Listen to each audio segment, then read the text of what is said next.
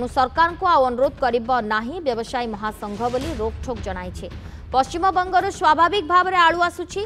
गोदाम रे आलू सर्वाधिक 24 टंका जाए बिक्री होउची। राज्य को आज 300 ट्रक रु अधिक आलू आसीची। सरकार ट्रेन माध्यम रे जे आलू आनिबा कथा कहिथिले सरकार ही कहि पारिबे बोली से कहिछ।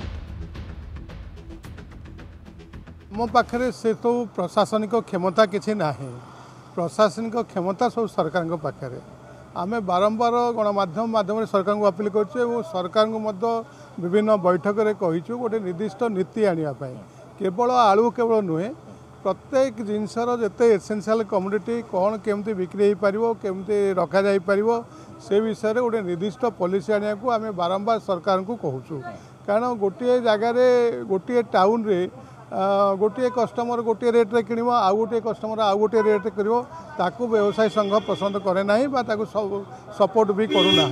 किंतु आम कौन कर आमे आमे जहाँ पाइकारी दरटा को आमे लिमिटेड रखुचु एवं आसंता दिन में आसंता 1 तारिख दिन आमर गोटे राज्य स्तरीय मीटिंग भी अच्छी।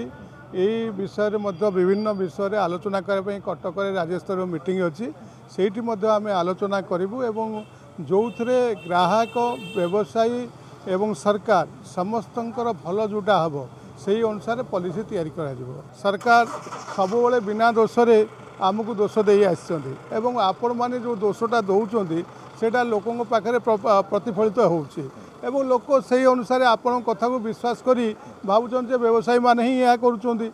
तेणु आमे सेटा को अलंकार भाव धरी नहींचु आपण गाड़ीटा को आमे आशीर्वाद भाव नहीं क्या बदनाम करवा क्या चढ़ऊ करवा ये गोटे समस्यार समाधान नुहे।